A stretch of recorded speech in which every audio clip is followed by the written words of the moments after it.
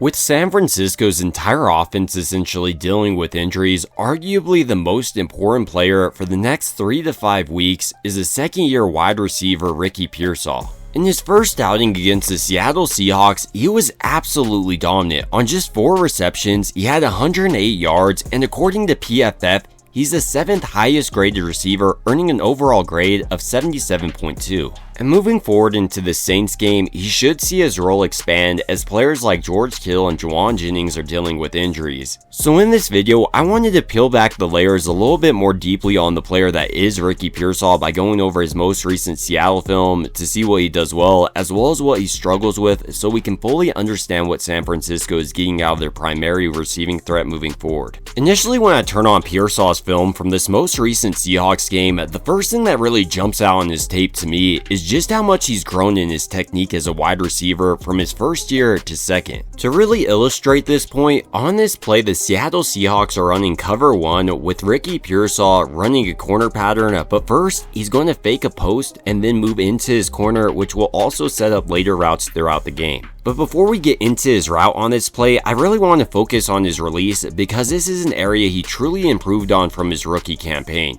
Here, for instance, he does a nice job hard stepping inwards to sell like he's potentially going to go on a slant quickly, which also gets Rick Woolen on this play to throw his one-handed jab, but Ricky Pearsall responds nicely, cutting out hard on this play, and then also using a double hand swipe to create more separation. Then Pearsall does a nice job of identifying the man coverage, and rather than just running his route right to the corner pattern, he says, I'm going to set this up, break in hard right here, and as soon as he sees Woolen commit that direction, because he does have such an insane change of direction, he's able to create a ton of separation for Brock Purdy to work with, and I love how he tracks down balls in open space like right here. As great as this play was though, arguably better was the play it set up later in the game with Brock Purdy marching his team down the field. On this play, the Seattle Seahawks are actually running cover 3 rather than cover 1, but Pearsall still is going against Rick Woolen on this play. On this play, rather than running a post corner though, he's faking once again like he's breaking in hard, gets Rick Woolen to jump on it,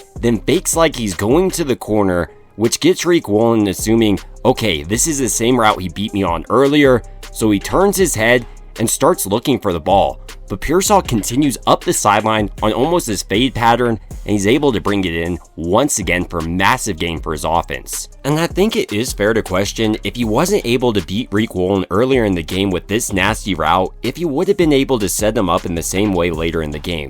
I don't think so, and I think it really shows off his development as a wide receiver. Another underappreciated part of his game, in my opinion, is the chemistry he's able to build up with his quarterbacks, and I do say quarterbacks because Mac Jones will be taking over. But on this play, I really want to focus on the ability of Brock Purdy to throw this even before he comes out of this break. On this play, Seattle's running a variation of cover 6 with Pearsall running a deep crosser pattern. And because Purdy and Pearsall are on the same page, Purdy is able to release this before he's even coming out of his break, which allows him to catch right in front of the safety and even pick up a couple yards after the catch. Pearsall also does a pretty nice job of working his way open in congested areas. On this play, he's running a drag pattern, and with a bunch of linebackers in the middle of the field, he almost uses a juke move to create separation between him and this much less athletic backer, and with Purdy targeting him, like we've seen throughout this game, he has pretty great hands. And even when Pearsall wasn't targeted, he was pulling out some nasty routes on defensive backs, and I really liked how he continued to refine his hand usage throughout last year into the season. To really illustrate this point, on this play, Pearsall is running an in-breaking route on this defensive back, and once again, he's able to stop on the dime, but he continues to create separation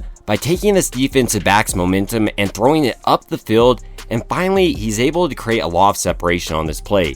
If he's able to keep his balance a little bit more, this would have been a touchdown. Another thing about Pearsall, because he has been such a receiving threat throughout this season as well as towards the end of last season, defenses are starting to key in on him, which will free up things for players like Christian McCaffrey. On this play, for instance, you can see how the entire defense is locating Ricky Pearsall motioning across the field, and this defensive back blankets him, so this leaves Christian McCaffrey available for the check down, and then he just does what he does. The final aspect of Pearsall's receiving game I want to talk about is the versatility he offers San Francisco's offense. Not only can he play outside and inside in the slot position, but he's also the perfect candidate to run jet sweeps. Not only does he run his 40-yard dash in 4.41 seconds, once he does get the ball in his hands, he's absolutely deadly. So moving forward, don't be surprised to see San Francisco incorporate a lot more screens and just plays to get the ball out in his hands in the open field. As impressive as Pearsall is as an offensive weapon, equally as important for Kyle Shanahan's offense is his ability as a blocking wide receiver. And throughout the Seahawks game,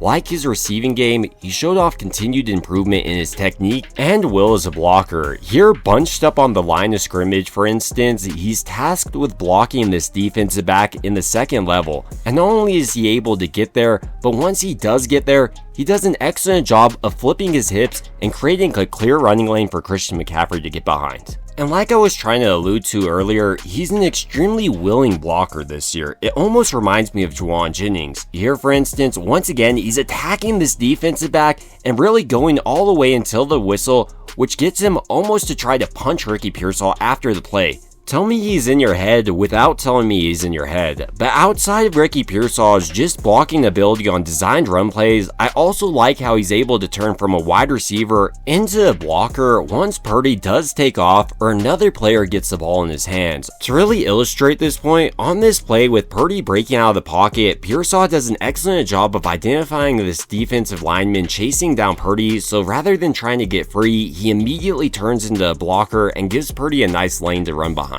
With all these positives to Pearsall's game though, he does have some areas of his game which I think he can continue to improve on headed forward, with one of the most notable in my opinion just being him consistently attacking the ball. On this play, for instance, if he did attack it, he might have had a touchdown, and in the future, him attacking this ball could be the difference between an interception and a broken up pass. So he does definitely need to improve in this aspect of his game. And while Pearsall did a nice job of releasing against press man coverage in this game, headed forward, he needs to prove he can consistently do this, as last year he did struggle at times with this.